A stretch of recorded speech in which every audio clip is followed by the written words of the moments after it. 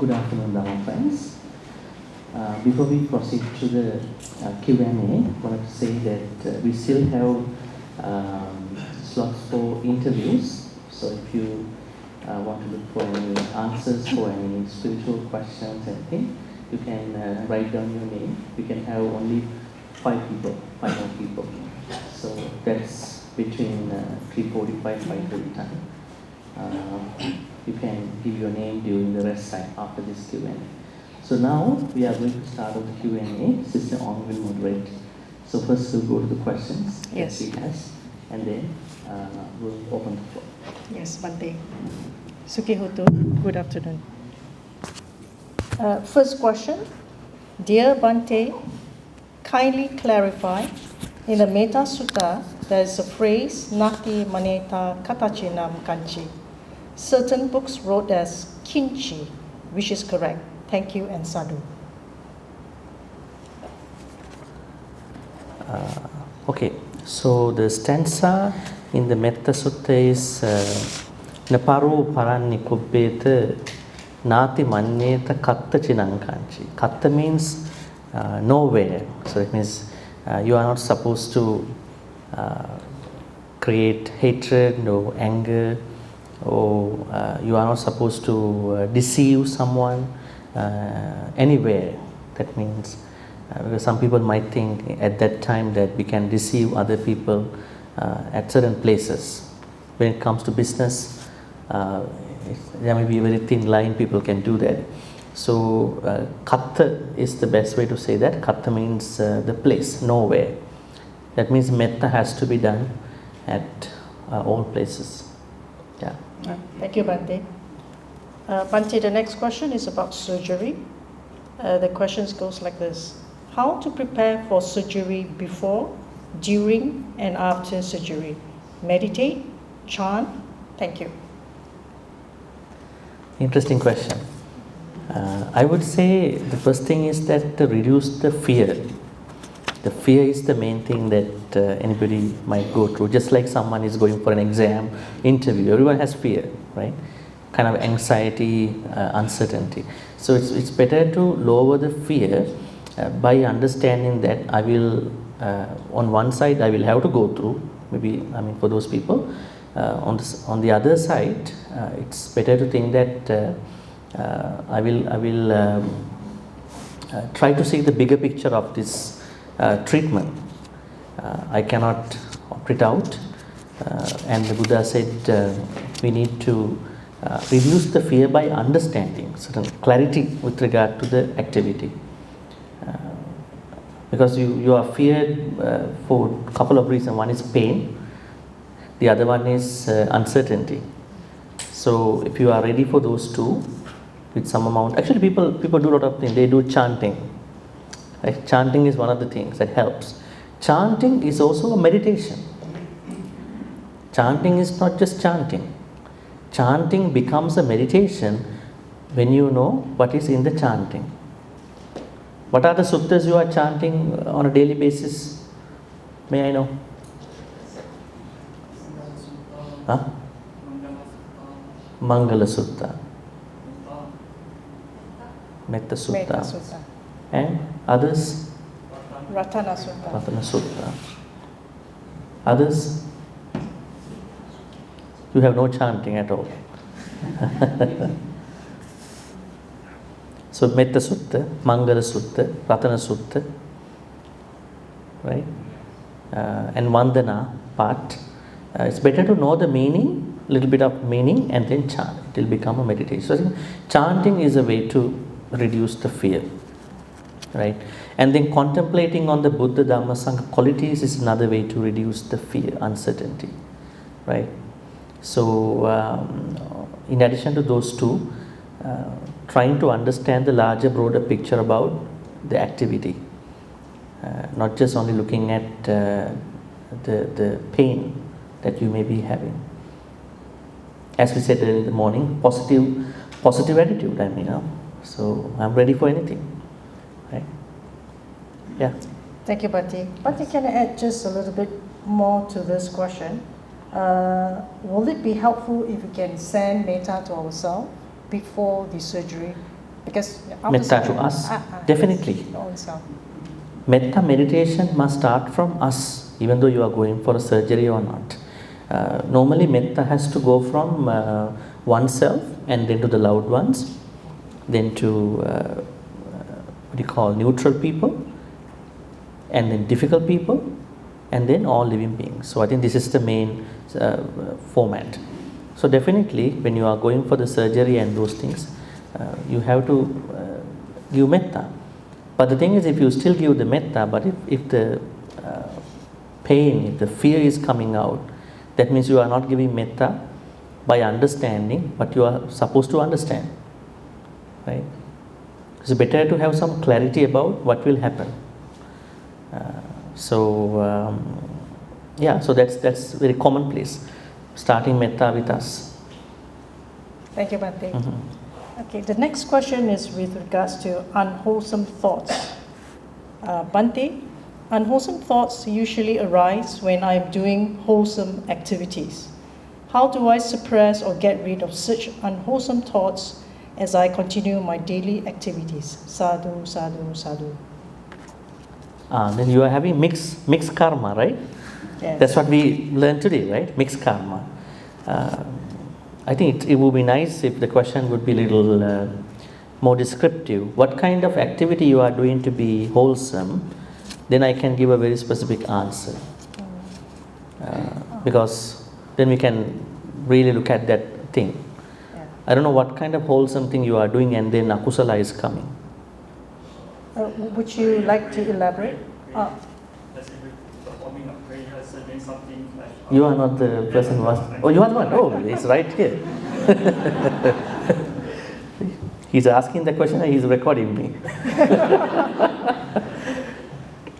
Okay, so give me the examples. At which point you are having the...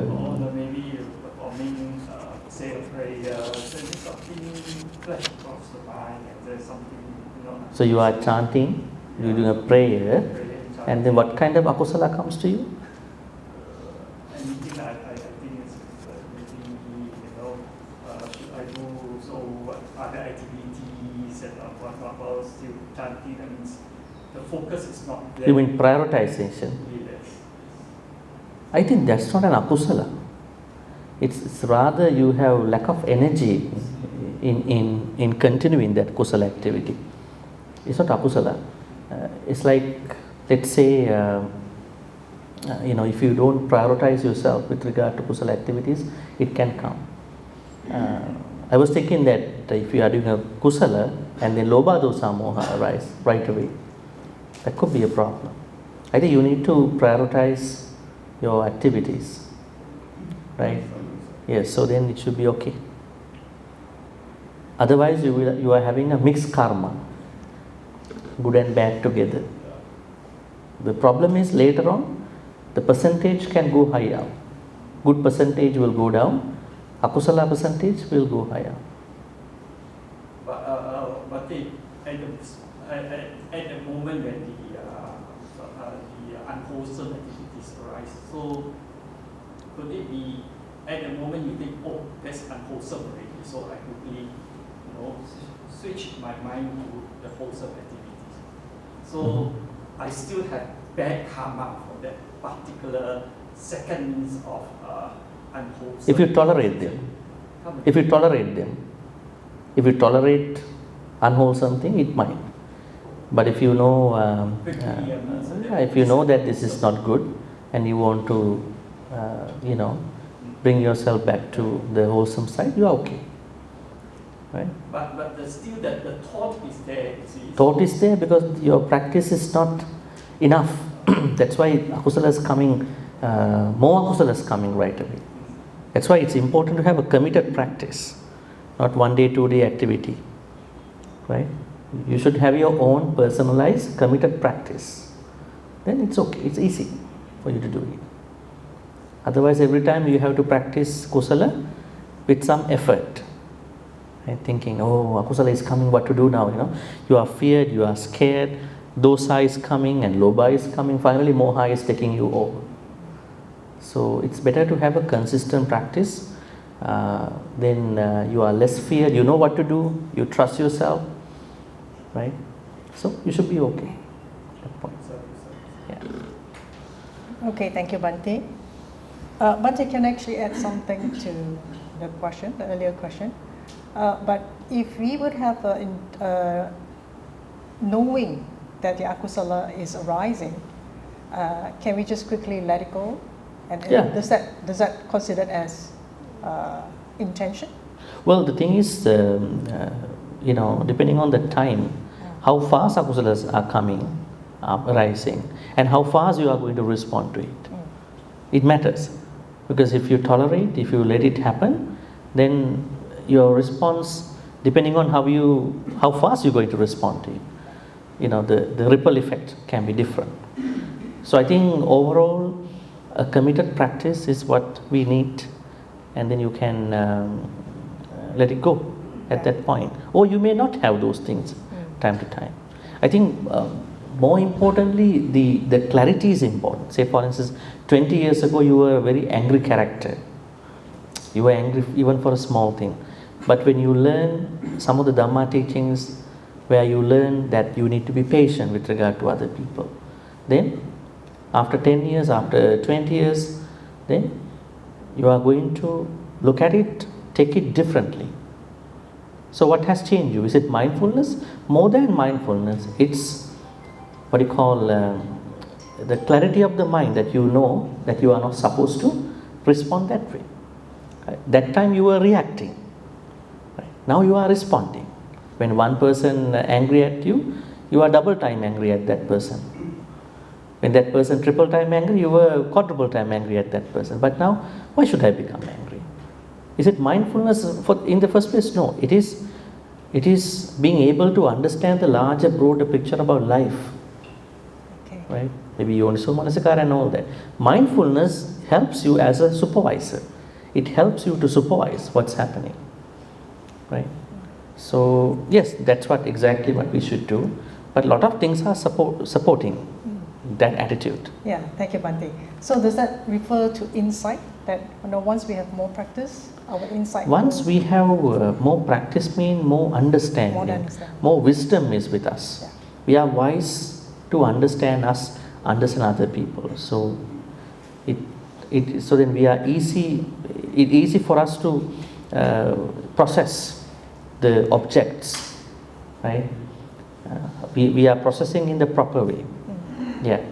Okay, thank you, Bhante. The next question is actually, there's two questions regarding karma. The first one, good afternoon. Can our bad or good karma be passed to our children? Thank you. Can our good karma be passed to our children? Okay. Can you explain a bit more? What kind of karma are you talking about? May I know who asked this question, please? That's a very good question too. Sister. Okay. What kind of karma that you are thinking that you want to see whether it is transferable? Maybe it's not about myself, but in general.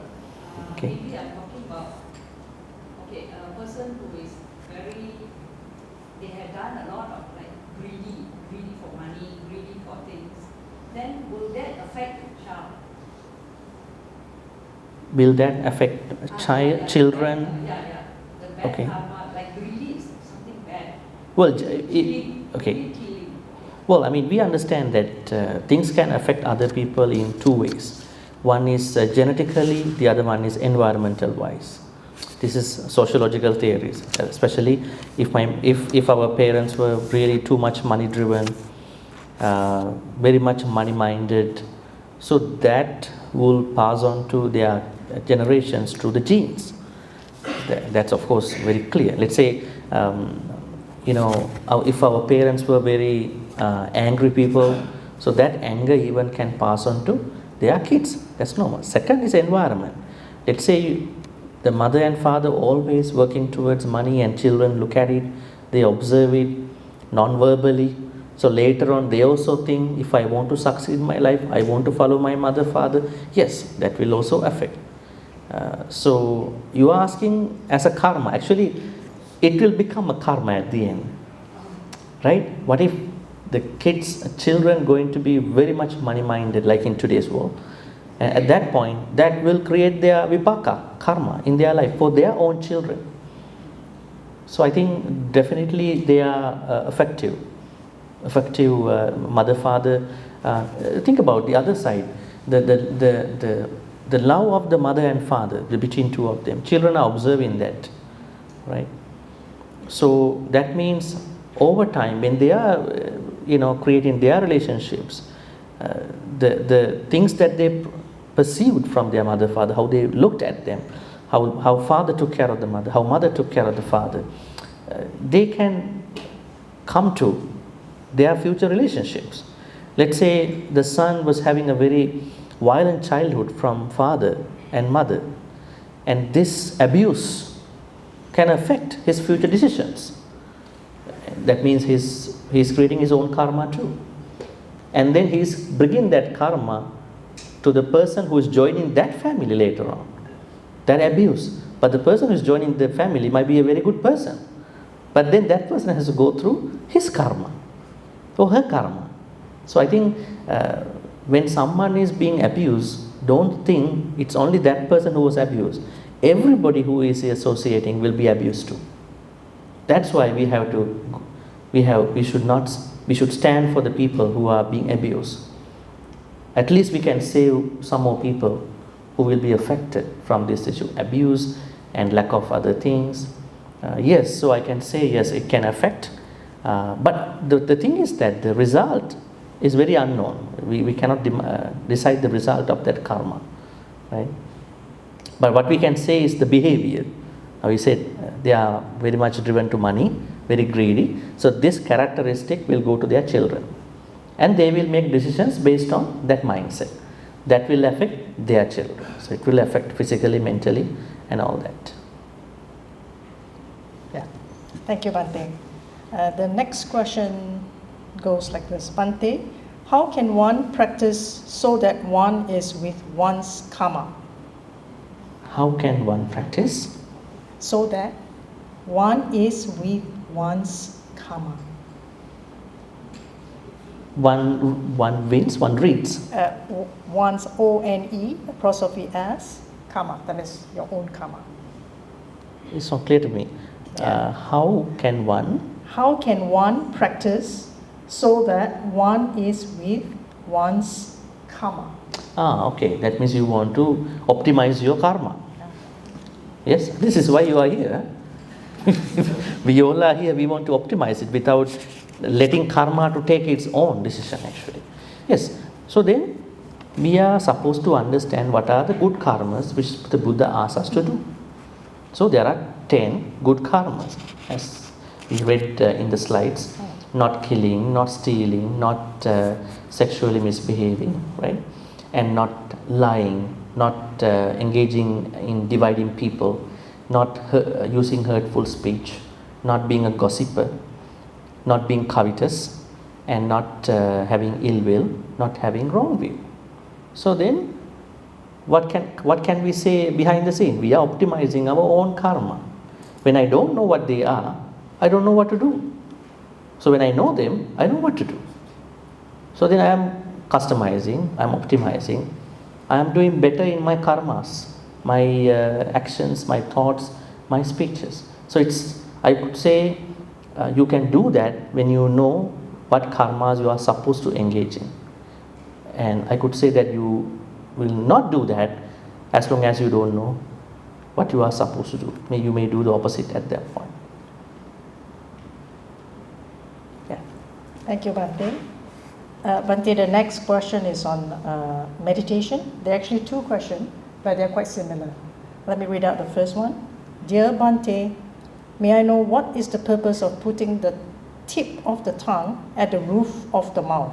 Sadhu. Okay, that was not given in the suttas, let me be honest.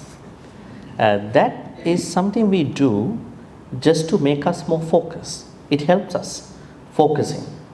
So, putting the tongue, the roof of the mouth, can help us to keep us into the meditation. But you can opt out. If you don't like, you can opt out. But it helps. It helps for us to stay on to the focus in the meditation. Second question? Yeah, it's similar, but I'll just read it out. Dear Bhante, this is the first time I learned Buddhist meditation with the tongue touching the palate of the mouth. Do I do the same thing for Vipassana, Samatha, and other meditation practice? Thank you, Sadhu. Okay, I think it's a good question to talk about meditation. May I know what is meditation to you? What is meditation? Because there are a lot of interpretations with regard to meditation. I'm asking the Buddhist idea. What is the meditation in Buddhism? What is the purpose of meditation? Yes, Ode? In the words of Reverend Gunaji, we say meditation is the purpose of calming your mind and relaxing your body. Calming the mind and letting? Relaxing your body. Relaxing the body. Okay. And others? How many of you meditate before you come here? How many of you have practiced meditation in your own way? In your house or in... Huh? There are quite a few. Quite a few. Yeah, quite a few. Really? Huh? Mindful and present moment. Okay, that's meditation. Relaxing the body, calming the mind, and what else? Bhante, the gentleman at the back. Oh, okay, Yeah. please. Meditation is always staying in the present moment. Don't think about the past, and then don't expect anything. Okay. Right?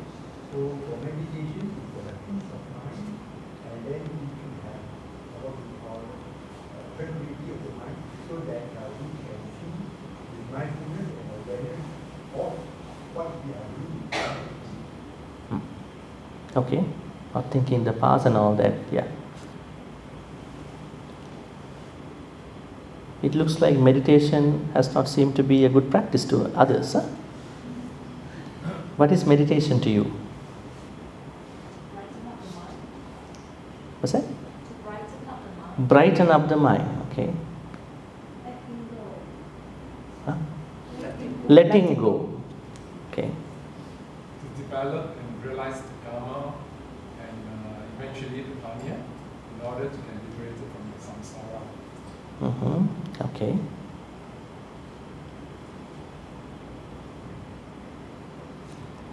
Bhante, can I try? Yes.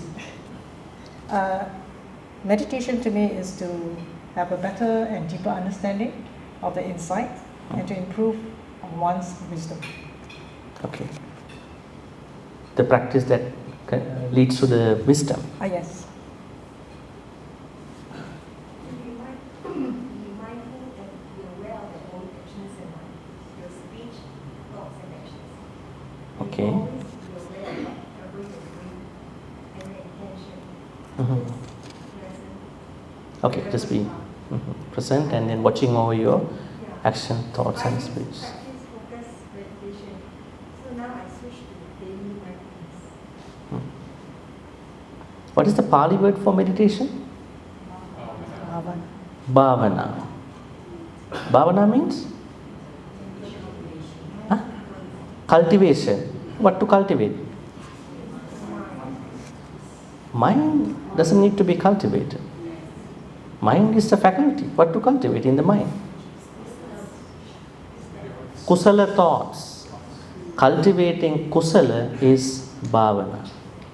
I was looking for the word kusala. All the other things are effects of the meditation. When you cultivate kusala, you will let go. You will relax the body. You will calm the mind. And the most important thing is cultivating kusala thoughts. That's why meditation is not just a sitting practice. You talk by cultivating kusala. What to talk? Before, during, after. Then you are driving, you know what thoughts I need to have. You are cooking, you know what thoughts I should have. Right? So cultivating kusala thoughts is meditation. And on a larger, broader perspective, it is called sati. Right? So bhavana means cultivating kusala thoughts. Now the person asks a question about what meditation should I pick. Actually, that is a very important question. That means not every meditation is suitable for everyone. Have you ever heard that? These meditations are meant for different people. So that's why you need a teacher. So what does teacher do for you? Teacher will try to understand your character, your temperament. Now suppose, there's a meditation called Asubha. Asubha, A-S-U-B-H-A. Asubha means unpleasantness. So who is recommended to practice this Asubha meditation? Unpleasantness of the body, 32 body parts. Is this meditation recommended for everybody? No. Then who is recommended through the Asubha meditation? Someone who has hypersexual thoughts, going over the normal level. Right? But what if that we all go to see a mortuary and see how people are embalming the dead bodies? Do we have to go like that? I don't think we have to go. We don't need to see a dead body to feel Asubha. Because we should be understood. We should be recognized by a teacher about our character. So Asubha meditation is like an antibiotic. Antibiotic is not given for a long time, right? It's given for a short time because it can create some side effects. In that way, the Buddha recommended Asubha meditation for certain people. Then what are the other meditations? Metta meditation. Who is the most recommended person for the metta meditation? Most recommended one. Angry person. Right? Are we all angry sometime? Huh?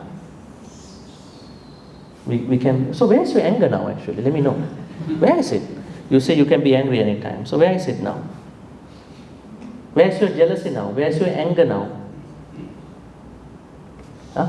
Where is it? According to the Buddhist teachings, where is it?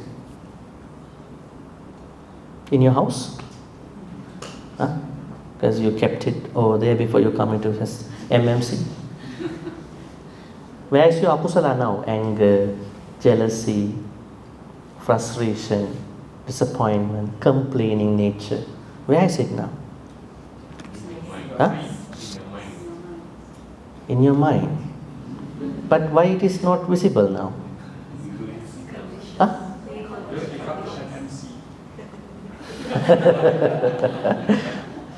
You say it's in the mind. No worry, it's not in my leg. I'm asking, where is it now? What has happened? They are sleeping now. They are sleeping. Don't wake them up. But they will wake up when the right condition arises. You think about the person that you are really hating will show up. And anger will nicely come out. Right? Why is it? When the right conditions arise, akusalas are coming up. And today you had a right condition for meditation and you showed up. Retreat is the right condition and you showed up. Right? So they are sleeping. The Buddha said, akusala has 3 levels. The first level is anusaya, A-N-U-S-A-Y. Anusaya means sleeping level. Dormant sleeping level. Right? And then Vitikkama and Pariyuttana. Sometimes they are flashing, come and go. Sometimes they are fully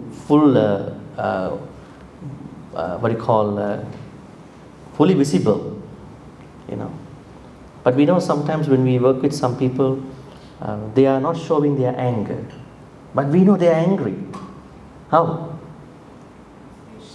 Through their actions, we can say. We call it in psychology passive anger. Right? When you have active anger, you show it. Like, I'm angry now. But those people, they don't show. They have a character problem as well. So you understand through their ways, their talking and all that. Right? So the Buddha said, we have to understand our nature. Now, if you think that you are really struggling with anger, metta is very good for you. But it doesn't mean that other people should not practice it. Because metta is not only for anger. Metta is something that we have to cultivate in our life to give our care for other people. Right? That is metta. And what about other meditations? Samatha and Vipassana. Did the Buddha give these two meditations in his Satipatthana Sutta? Samatha Vipassana? Huh? Did the Buddha give these meditations in his Satipatthana Suttas? The person who's asking, mentioning about Samatha Vipassana. Did the Buddha give in his Satipatthana Sutta under Noble Eightfold Path? No. He does not present Samatha Vipassana under meditation. What he presents was Satipatthanas. Then what is Samatha Vipassana? Samatha Vipassana are two qualities of every meditation in Buddhism. Samatha means calming part, Vipassana means insight part. Metta meditation also has Samatha part, Vipassana part. Then Anapanasati has Samatha part, Vipassana part. Every meditation has a cooling down part first, calming the body, and then creating awareness part, Vipassana part. But if you only take those two qualities for a meditation, you might go through some other issues because they come from Burmese traditions later. In 18th, 19th century, Burma was going through issues from Western enlightenment.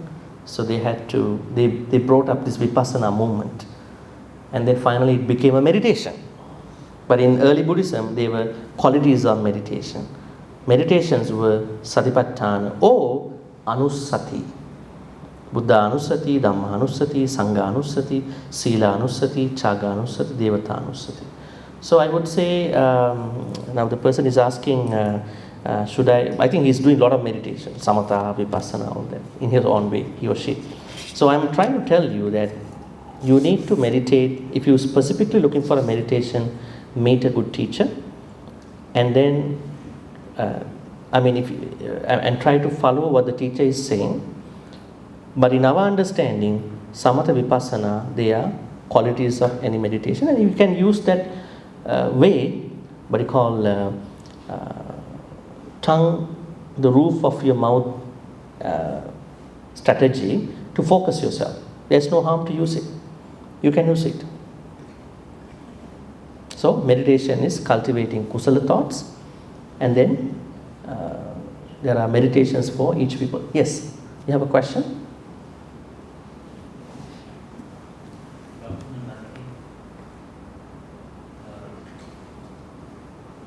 From the early Buddhism studies, it shows that our Blessed One has been teaching Dharma for 45 years. Very little that he has taught meditation. He still emphasized on the Dharma teaching. Those that who have advanced, and he felt those who have already acquired the skill of the Dhamma, he will teach them meditation. If that is true, today we have a lot of meditation centers, but Dharma teaching and sharing seems to be lacking from what I know. I might be wrong, correct me. No, you are not wrong. There's something to learn from that question. Yeah, interesting. Well, the thing is, meditation in today's world is being picked up by different people. I think you are talking here in Malaysia. If you look at Western perspective, there are people who meditate just for stress release and relaxation, those kind of, they don't need to learn Buddhism. That's their point of view, and Westerners. But if you are talking about some who are really saying that we are exploring the Buddha's teachings, and we don't want to learn Dhamma, we just only go for a retreat, we just do a samatha, vipassana meditation, and this is the only thing we want. I think that's a misunderstanding. Why is it? Because now the problem goes back to what is meditation again, right? That's why I asked the question. So if they know what is meditation, then they will not think as such. Actually, how to meditate without learning Dhamma? Where is Satipatthana Sutta mentioned? In the Dhamma. You have to learn those suttas. Otherwise, you will go to a certain teacher and then only follow what he or she says. Maybe they are not in the text sometimes. It's like watching your tummy, you know. I mean, there's no meditation in the text. I think it's very important for you to go for a sutta study whenever you can. At least you learn some Pali and then get to know the first-hand exposure to Dhamma. Dhamma talks are not enough. Dhamma talks are just 1 hour talks. You can still go and listen, but you need some amount of sutta studies. So then at least you know what was given. Then you understand meditation is not just sitting down. It is even going to all the other activities like in Satipatthana Sutta. Talk mindfully, eat mindfully, they all are meditations after that. So don't try to single out meditation from other things, because meditation is everywhere. I said chanting is also meditation. But the thing is that I don't think everybody should do the same meditation. Everyone is different. So what they need is they have to find out what meditation is easy for them, good for them, convenient for them. And I think then at that point they will learn and they will practice the both things. On the other hand, they also have a complaint about those people who only study Dhamma. You only learn, you don't practice. Right? Are they saying that? They are saying it because they also don't understand. When you learn Dhamma, if you can cultivate your kusala thoughts, that is also meditation. So I think we have to go beyond these two groups, who only learn Dhamma, who never meditate, who meditate, who never learn Dhamma. We have to go beyond these two people. We need the both. It's a consistent, ongoing journey. So let us embrace the whole thing, not that we cherry pick certain things and then say we are doing well. Yes, as you can see, there's a growing interest about meditation. I hope that they will learn meditation exactly how it was given in the sutta text. So that will be the plan. All right, so that's... Thank you, Bhante. One more question? One more question, On the yeah. written, yeah. And then we will open for the floor. Yes, and this question is with regards to killing. Bhante, the first precept calls for abstain from killing. However, if the rats, termites, ants, and other insects were to destroy my vegetables or home, how do I manage them while at the same time be able to provide the vegetables for food and protect our homes? The next paragraph. We live in urban city. If we relocate the rats and etc. to other area, the issue will be transferred to others. Please advise. Sadhu, sadhu, sadhu. Okay, interesting question as well. Buddhism looks at questions from the causes, not just from the result. Now, if you look at it from this perspective, I don't know whether you are a farmer, you know, the one who wrote it. You are a farmer, you have a garden where you are selling stuff to the farm, what do you call, the market, whatever.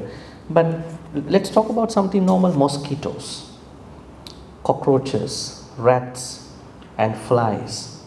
These animals, they can come to our house when we don't manage our house things, certain things. Let's say you are not keeping the windows closed at the right time, so mosquitoes might have come. And you asking, what to do? Mosquito is now drinking my blood. What to do? Should I kill or not?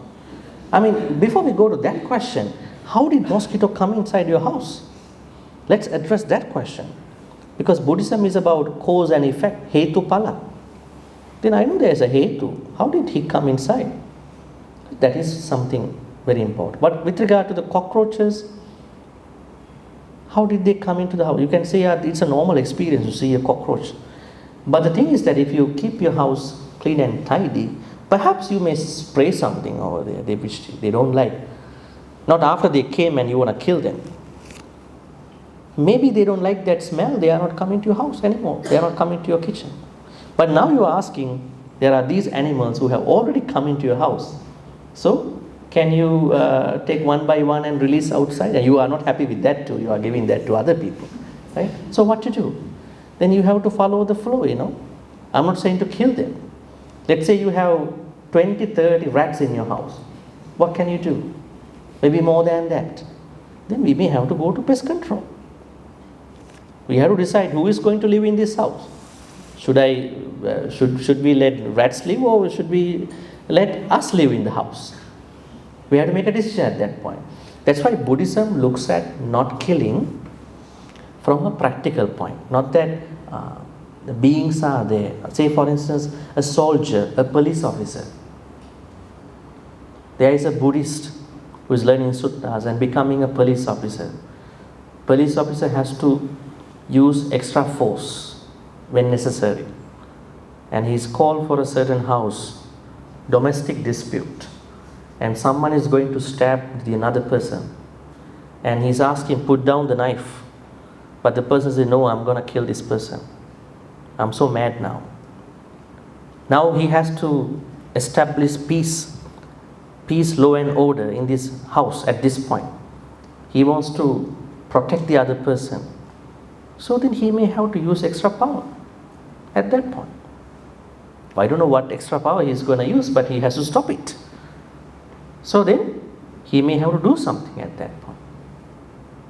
So then, is it not necessary as a Buddhist who is working in that industry? No, he has to do it. So that means he has to be practical, but her intention is good, to protect the other person. So in the same way, with regard to these animals, I think we have a role in protecting our places where we are living. Cleanliness and making the right choices, decisions in time, so we don't have to go to those situations. So we are protecting. Think about someone who is doing gardening in your house, right? You might see a lot of animals in the soil. Now what to do? What are the modern forms of gardening in today's world? Do we have to dig the soil all the time? Are there different ways to do gardening in today's world? If you are so concerned about it. What are the modern forms of gardening? Huh? Hydrophobe. You don't have to dig, right? I mean, if you have things like that, worried about those things, you may try modern forms of gardening to minimize them. So I think there are ways to do it. You don't have to worry about it. And I would add another story, a very practical story. You are having a cough and you are trying over-the-counter medications and nothing seems working for you. And then you're going to see a doctor and the doctor is saying this is maybe a virus or something. At that point, the doctor is giving you a syrup which might have some narcotic like codeine. Now you are worrying about two problems. One is suramaria, the fifth precept, you can't take those things. Second is that now virus must be a living organism in the body, right? I had to kill the animal. Now you go back home with this bottle, the syrup. So what if that you are drinking, tonight I'm going to kill all my virus, the syrup. So what will happen to you? Is it good karma or bad karma? But you are taking this way. I just want to be better. Because if I am not being better, I can't do my things tomorrow.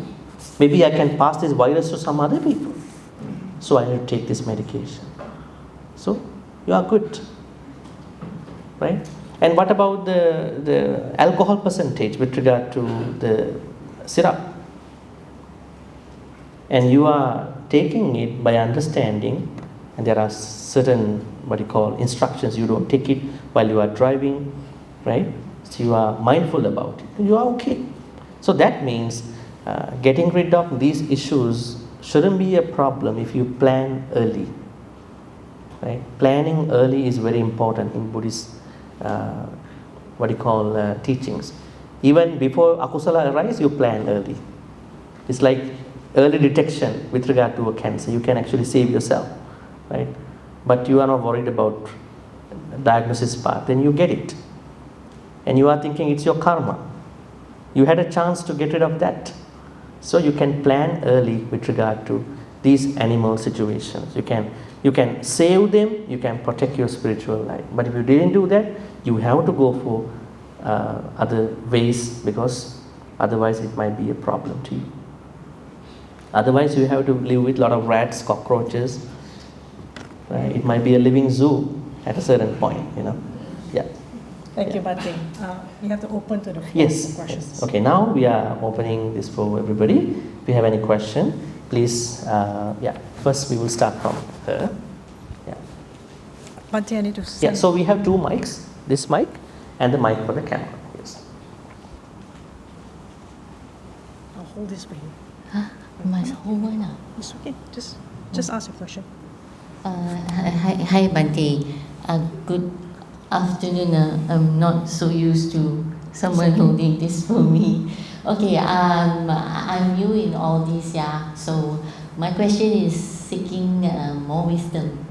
I can relate that when one kills something, then one has evoked a karmic debts, alright?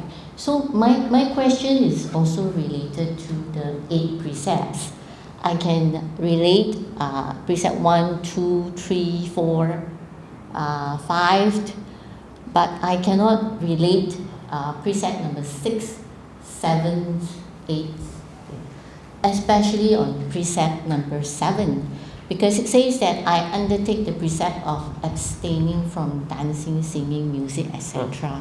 So I was trying to understand this as well as what you were saying just now, Bhante, when you say that when you just now to one scenario, you said something like, this is good, but on the other hand, when you don't take the medication, then something like that. So my question is like, if let's say one indulge in singing and dancing as a hobby, all right, and then you use that skill, for example, to entertain the old folks, to make them happy. So to me, it's evoking, making someone happy, you're serving, so it's not a bad thing. But when I look at the 8 precept, and I look at it, and I'm thinking, how do I abstain from it? Can you help interesting. me to relate this? Yeah. Yeah. So, as you can see, 8 precepts here. The first 5, they are severe precepts: not killing, not stealing, sexual misconduct is not given, no sexual activity because you are on a retreat, and then no, not lying, and then what do you call? Suramere, that means actually better way to say is not taking any food or beverages to an extent that you will lose your presence of mind. Even rice, okay? I hope you haven't overeaten today, right? The bento box is quite good fix. I mean, you had a bento box, it should be okay. But if that I eat too much food, I feel drowsy, I feel sleepy. That means whatever the thoughts decisions I'm making at that point may be wrong, may be unwholesome to other people, to me, because I'm lazy. That's why it's very important to know the quantity. Like you are asking 6, 7, 8. Yeah. Okay. For example, I cannot relate how if I don't take food after 12. I'm trying to understand. Yeah, that's where I'm going to start now. This precept is actually 6, 7, 8 precepts were given to create additional discipline. Actually, they are not very wrong stuff. They are not wrong things. They were given to create additional discipline. Actually, because every day we want to be more disciplined, right? When we talk, when we act, everywhere. So don't take them on a par with the rest of the 5. So the severity of the precepts are not equal. So the first 5, yes, but the last 3, they are different. Because this is a retreat and you are very mindful about what you are doing, you are trying your level best, that's why you took them. Think about this 6th precept, not eating after midday, wrong time. Okay, now you know the Theravada monks, they are practicing, but Mahayana monks don't, nuns, right? But what was happened before this was laid down by the Buddha? All the monks went for Pindapata during the evening at night. You know that? They went for Pindapata. What happened to them? Some fell down to pits, At that time, there were no asphalted roads. Some were bitten by snakes, cobras, and then some went to the wrong side of the house. So the people thought, the housewife, they thought this is a living hungry ghost. At night wearing something like this, and show him from the back door of your house. So they were scared about all these things. So the Buddha said, you better stay in the temple and then practice something. Right? But nowadays, it might be a little challenging for someone to practice it in a way. Think about, you take a flight from here, 14, 15 hours flight somewhere. So how do you decide your time? Now, if I want to decide my time, I have to know where am I? Am I on a certain country? Time is an illusion, we understand how to decide it. But I tell you, the most important aspect of this precept is something else. It's not about the time. Do we have a problem called compulsive eating and drinking? Forget about this precept. Look at your normal life. Do we have a problem in our life, lay people, anybody, that we are driven by compulsive eating? We go open the fridge, eat something. Go open the fridge, eat something. Drink, and then you are blaming other people. I'm not supposed to eat, but you brought this stuff to your house. I'm eating, I'm drinking. Do we have this problem in your household? Yes. Is this a big problem? Yes, we will end up with a lot of issues. Sometimes even doctors cannot handle it.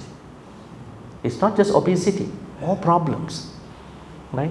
So what is happening at that point is that we are creating this habit of consuming food that we don't need to eat. Right? So the thing is that not our body needs the food, but our mind needs all these food and drinks. So the idea of Vikala Bhojana is to go for a fasting. Let's try this fasting idea. It's good for me. It's good for everybody. Right? But suppose someone is going to be sugar free for 1 week, no chocolate, nothing, 1 week. On the 8th day, the person is thinking, now I didn't eat chocolate for 7 days. I want to compensate on the 8th day. So what is the purpose of that sugar free idea? That has nothing. Because later on you are eating the whole chocolate, maybe more chocolates than you're supposed to eat on those days. That's why what we need is discipline. This discipline is made by this precept. Time to time, we try to reduce our food intake. That's the idea. Is that wrong idea? It's a good idea in today's world. Because everywhere there are food now, junk food. And people like to eat those things. So they have no discipline.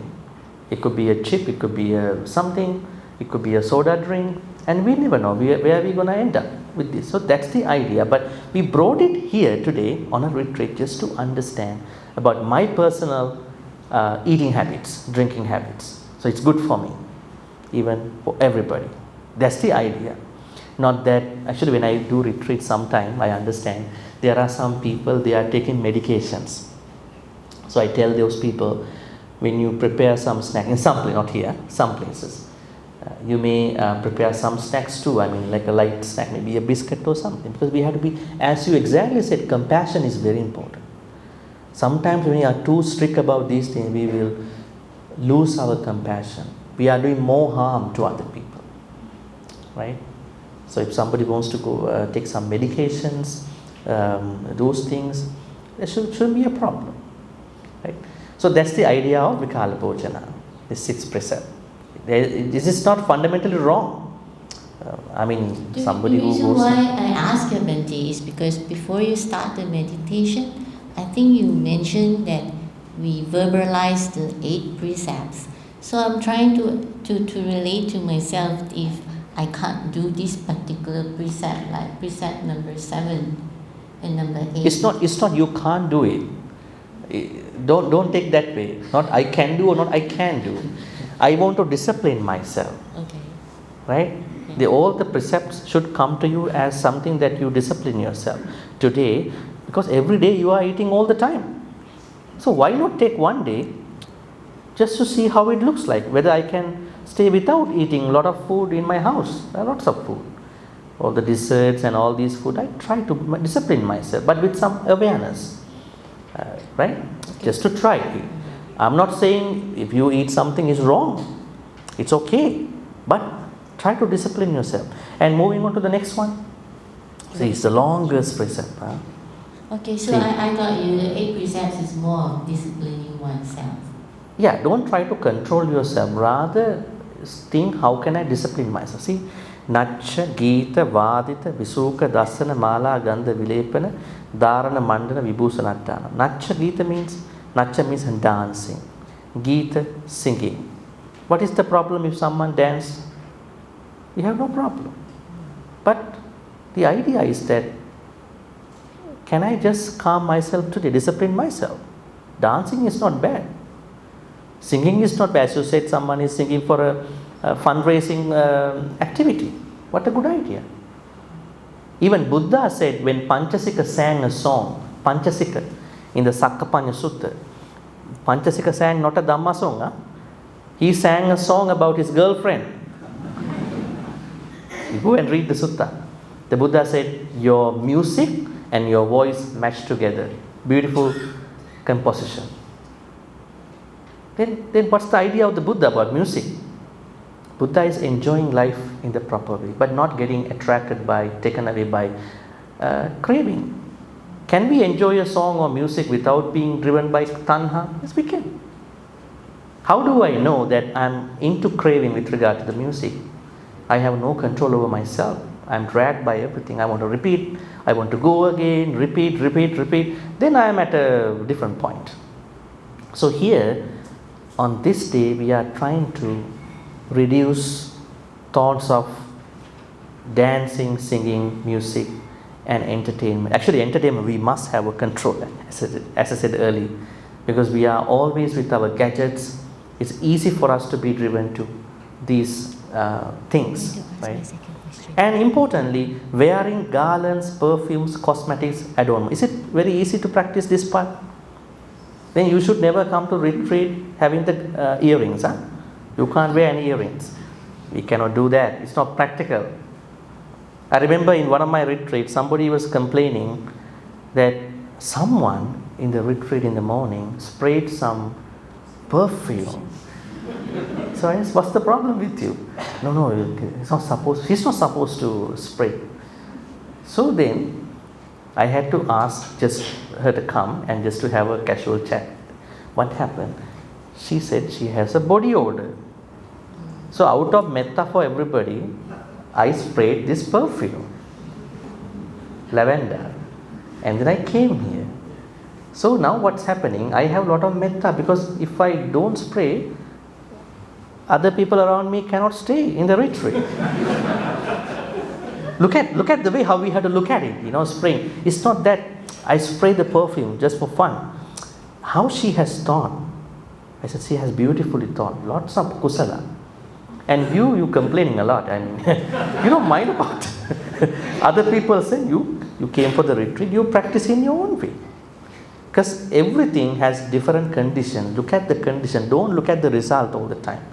Different people go through different problems. Okay, I got you, Bhante. Thank you for the explanation. My second question is related to the meditation and karma.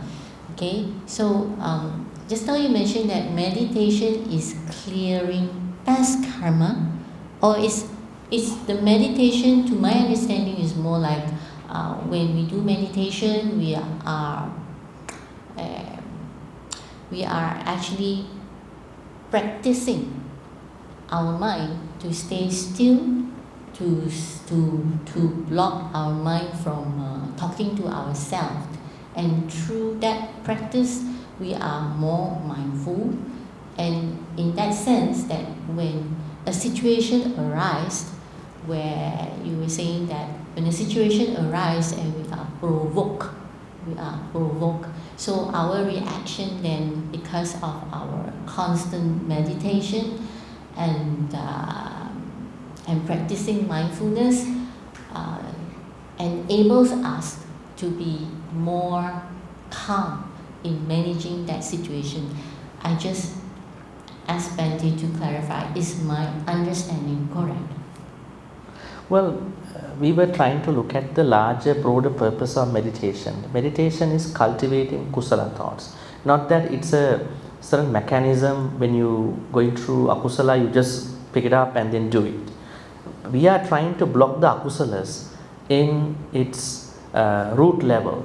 So for that, you need to understand that meditation is something that you can practice anytime, because it's about akusala. You may call it mindfulness, meditation, whatever, but the idea of this practice is called cultivating kusala thoughts. So if you're doing that, you should be good in your own practice. Because you can't blame the mind. Mind's nature is going everywhere, right? Actually, it's very good to be distracted sometimes. Because look at the negativity some people are carrying.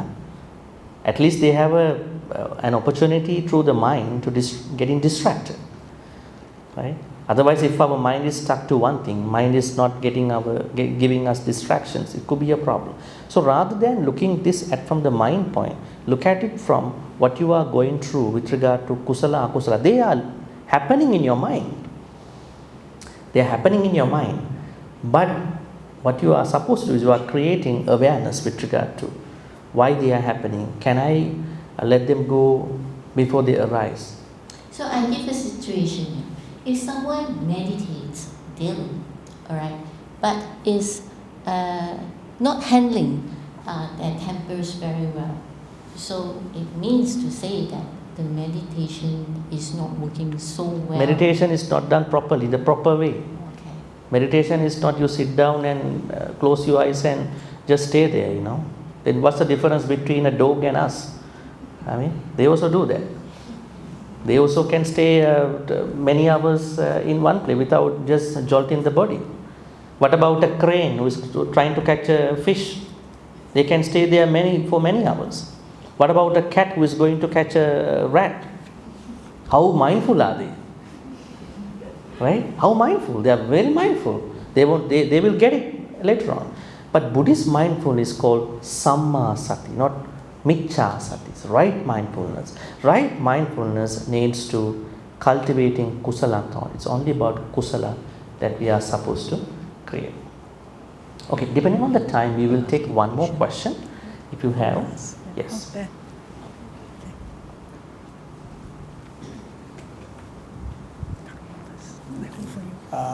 Afternoon, Bhante.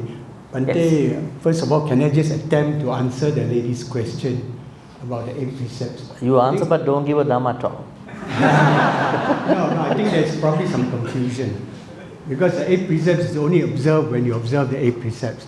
But unless you are a serious practitioner, you don't observe the 8 precepts every day.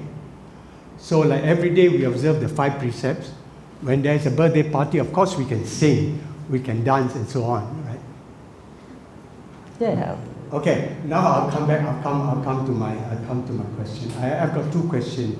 I'll start with the easy one first. Oh, you have easy. Bhante, earlier in your talk, you mentioned about karma, that it is not immutable, i.e., it is not permanent. It can be subject to change.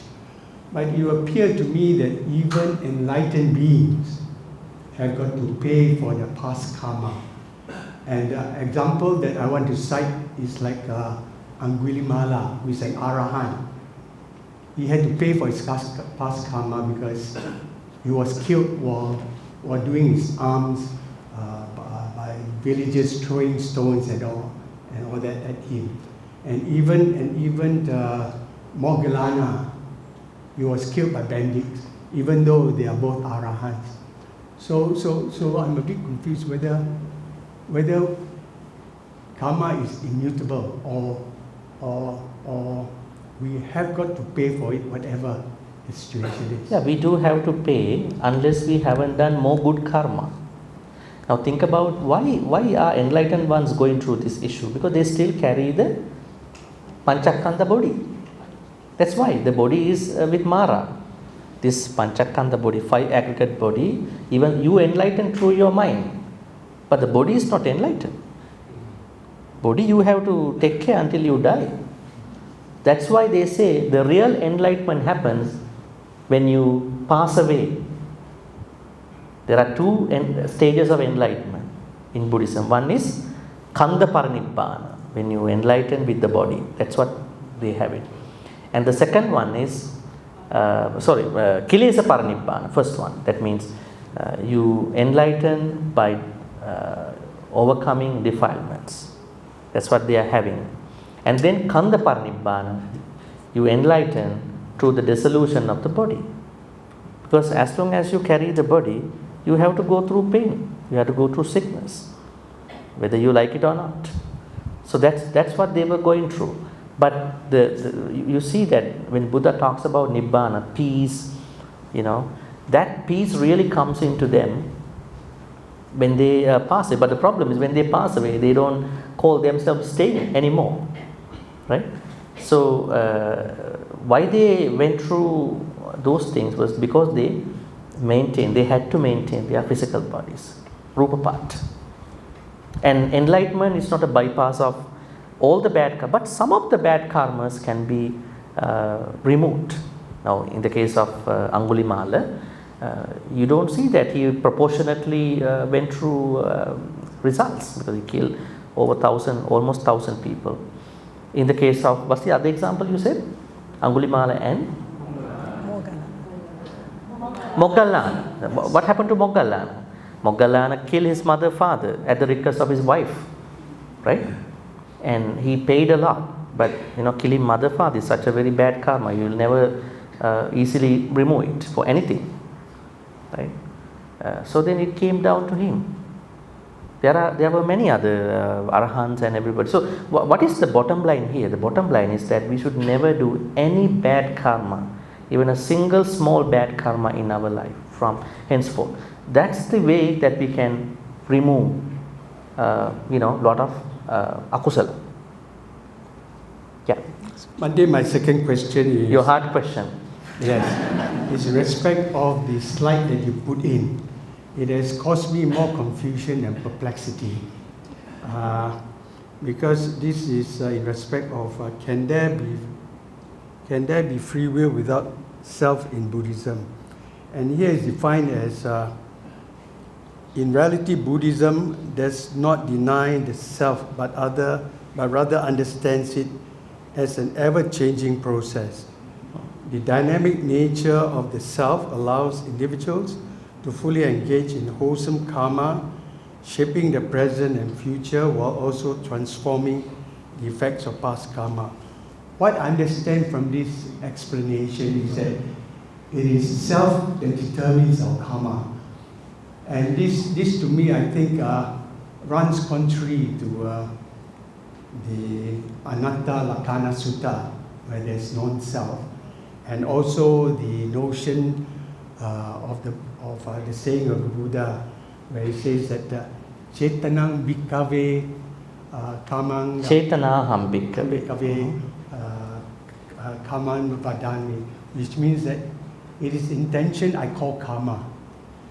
And it is by will that we act through action. Now you are saying both are contradictory. Yes. Actually, both are not contradictory. Because what is contradictory is the English translation. Yes, it is a translation. So I'm confused when they use the word self. Because well, here's the thing. These Pali books, Pali texts were translated initially by Protestants, British officials who brought books from Sri Lanka, manuscript to PTS, London. And then what happened, some of the European scholarship, they came in, they translated closer to the Bible, Holy Bible. We do understand. We have to appreciate what they did, at least they did it in the 18th century. So there is no contradiction with regard to karma definition and then Anatta Lakkhana Sutta. Actually, Anatta Lakkhana Sutta doesn't deny Atta. What Anatta Lakkhana Sutta denies is that ever-changing Atta. It denies that Atta, that people say, I am permanent. That is what the Buddha denies with regard to that. But we all have a self that is changing, that is always changing. That self must be taken care by us. But we know one day it will go, right? So then I understand I also don't exist even in that sense. So there's no contradiction other than the English definition, translation. Because Bhante, conventionally we say self. But, Yes. But yeah, conventionally we say self. But otherwise, are you saying that intention and self, they are similar? No, I think conventionally we are saying self, but implied sense is changing self. Because we use the self from English. Everybody uses self, but as Buddhists, what is implied in the self is changing self. But for them, self is soul, maybe soul or something. For others, I think there is no problem with regard to that, because we have to understand, depending on the context, who is talking about this thing, who is using the word self. That is implied, that changing self is implied with regard to Pali word atta, every time it is being used. But when you say in English, just self, myself, yourself, that's a completely conventional use. They might not know how it works. Okay, I think with that we are going to wrap this up, this Q&A. So after this we are having a rest for 15 minutes. Now it's almost 2:45. So from 2:45 to 3 o'clock we are having a rest, and then we will start walking meditation after that. So I'll decide the timing after that. So please be here by 3 o'clock. So may all the good karmas we are creating today, especially by this engaging in the Q&A, be supportive and helpful for all of us to attain the supreme bliss of Nibbana. Sadhu, sadhu, sadhu. Now please take your rest.